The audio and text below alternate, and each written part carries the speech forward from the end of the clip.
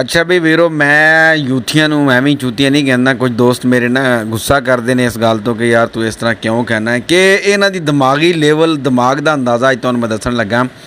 ਤੇ ਕੱਲ੍ਹ ਦੀ ਅੱਜ ਦੀ ਤੇ ਕੱਲ੍ਹ ਦੀ ਗੱਲ ਹੈ। ਕੱਲ੍ਹ ਇੱਕ ਦੋਸਤ ਨੇ ਮੈਨੂੰ ਇੱਕ ਤਸਵੀਰ ਸੈਂਡ ਕੀਤੀ, ਪਿਕਚਰ ਸਾਈਡ 'ਤੇ ਸ਼ੋਅ ਹੋ ਰਹੀ ਹੋਣੀ ਹੈ, ਕਿਸੇ ਨਿਊਜ਼ ਦੀ ਐਡਿਟ ਕੀਤੀ ਹੋਈ ਇਹਨੇ, ਨਿਊਜ਼ ਚੈਨਲ ਦੀ ਪਿਕਚਰ ਮੈਨੂੰ ਸੈਂਡ ਕੀਤੀ। ਔਰ ਮੈਂ ਵਟਸਐਪ ਚੈੱਕ ਨਹੀਂ ਕੀਤਾ, ਬਕਾਇਦਾ ਵਕਲਮ ਖੁਦ ਚੱਲ ਕੇ ਆਇਆ ਮੇਰੇ ਕੋਲ ਨਾਲ ਸ਼ੌਪ 'ਤੇ ਕੰਮ, ਮੈਂ ਨਾਲ ਹੀ ਉਹਦੀ ਦੁਕਾਨ ਦੇ ਨਾਲ ਹੀ ਸ਼ੌਪ 'ਤੇ ਕੰਮ ਕਰਦਾ, ਅਤੇ ਮੇਰੇ ਕੋਲ ਉੱਥੇ ਚੱਲ ਕੇ ਆਇਆ। ਮੈਨੂੰ ਕਹਿੰਦਾ ਤੂੰ ਆਪਣਾ ਵਟਸਐਪ ਚੈੱਕ ਨਹੀਂ ਕੀਤਾ। ਮੈਂ ਕਿਹਾ ਮੈਂ ਅੱਛਾ ਚੈੱਕ ਕਰ ਲੈਂਦਾ। ਜੇ ਚੈੱਕ ਕੀਤਾ ਕਹਿੰਦਾ ਦੇਖ ਫਿਰ ਤੁਸੀਂ ਯਹੂਦੀ ਏਜੰਟ ਕਹਿੰਦੇ ਸੀ, ਅਤੇ ਫਲਾਂ ਕਹਿੰਦੇ ਸੀ, ਚਮਕਾ ਕਹਿੰਦੇ ਸੀ। ਅਤੇ ਮੈਂ ਉਹਨੂੰ ਕਿਹਾ ਕਿ ਯਾਰ ਇਹ ਐਡਿਟ ਸ਼ੂਟ ਤਸਵੀਰਾਂ ਨੇ, ਕੋਈ ਵੀਡੀਓ ਪ੍ਰੂਫ ਕੋਈ ਇਸ ਤਰ੍ਹਾਂ ਦੀ ਚੱਕਰ ਹੈ ਤਾਂ ਦੱਸ।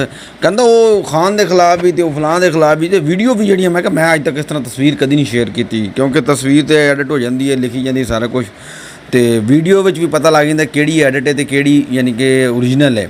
ਅਤੇ ਨਿਊਜ਼ ਚੈਨਲ ਜਿਹੜੀ ਕਈ ਨਿਊਜ਼ ਚੈਨਲਾਂ 'ਤੇ ਚੱਲ ਰਹੀ ਹੁੰਦੀ ਹੈ, ਓਰੀਜਨਲ ਹੀ ਚੱਲ ਰਹੀ ਹੁੰਦੀ ਹੈ। ਅਤੇ ਕਹਿੰਦਾ ਨਹੀਂ ਜੀ ਵੀਡੀਓ ਵੀ ਐਡਿਟ ਹੋ ਜਾਂਦੀਆਂ ਨੇ। ਮੈਂ ਕਿਹਾ ਅੱਛਾ, ਮੈਂ ਖਾਸ ਰੱਦ ਅਮਲ ਨਹੀਂ ਤਾਂ ਮੈਂ ਚੁੱਪ ਕਰ ਗਿਆ। ਅੱਛਾ, ਅੱਜ ਇੱਕ ਸੁਬਾਹ ਇੱਕ ਵੀਡੀਓ ਮੈਂ ਦੇਖ ਰਿਹਾ ਸੀਗਾ, ਮੇਰੇ ਕੋਲ ਵੀਡੀਓ ਕਲਿੱਪ ਆਇਆ ਅਤੇ ਮੈਨੂੰ ਐਵੇਂ ਸ਼ਰਾਰਤ ਸੁੱਝੀ, ਅਤੇ ਮੈਂ ਤੁਹਾਨੂੰ ਵੀਡੀਓ क्लिप दिखाना। पहले तुझे वीडियो क्लिप देखो।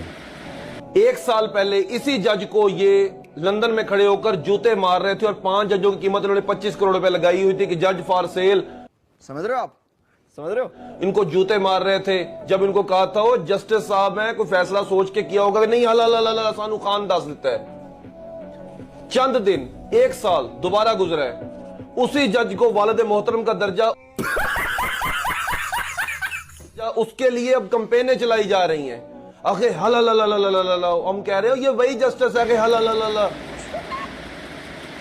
ਅੱਛਾ ਦੋਸਤੋ, ਮੈਨੂੰ ਇੱਕ ਸ਼ਰਾਰਤ ਸੁੱਝੀ। ਮੈਂ ਕੀ ਕੰਮ ਕੀਤਾ, ਇਸ ਵੀਡੀਓ ਦੀ ਕਟਿੰਗ ਕਰਕੇ ਨਾ, ਕਟਿੰਗ ਬਣਾ ਕੇ, ਅਤੇ ਉਹ ਕੱਲ੍ਹ ਜਿਹਨੇ ਮੈਨੂੰ ਦੋਸਤ ਨੇ ਵਟਸਐਪ ਕੀਤੀ ਸੀ ਨਾ ਤਸਵੀਰ, ਮੈਂ ਉਹਨੂੰ ਵੀਡੀਓ ਸੈਂਡ ਕਰਤੀ।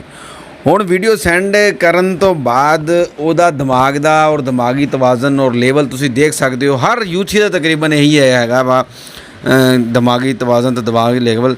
ਉਹਦੇ ਇਸ ਵੀਡੀਓ ਦੇ ਰੱਦੇ ਅਮਲ 'ਚ ਜਿਹੜੀ ਉਹਨੇ ਮੈਨੂੰ ਤਸਵੀਰ ਸੈਂਡ ਕੀਤੀ ਹੈ, ਜ਼ਰਾ ਉਹ ਤੁਸੀਂ ਵੀ ਦੇਖੋ। ਇਹ ਮੇਰੇ ਨਾਲ ਤਸਵੀਰ ਨਜ਼ਰ ਆ ਰਹੀ ਹੈ, ਕੱਲ੍ਹ ਜਿਹੜੀ ਤਸਵੀਰ ਸੈਂਡ ਕੀਤੀ ਉਹ ਵੀ ਦੇਖੋ, ਔਰ ਇਹ ਵੀ ਦੇਖੋ ਕਿ ਇਹ ਯੂਥੀਏ ਇੰਨੇ ਕੁ ਯਾਨੀ ਕਿ ਉਹ ਹੈ ਨੇ, ਦਿਮਾਗ ਰੱਖਦੇ ਨੇ ਇੰਨਾ ਕੁ ਕਿ ਆਪਣੇ ਝੂਠ ਨੂੰ ਖੁਦ ਹੀ ਸਾਬਤ ਕਰਦੇ ਨੇ ਕਿ ਇਹ ਝੂਠ ਹੈ ਔਰ ਸੱਚ ਕੀ ਹੈ।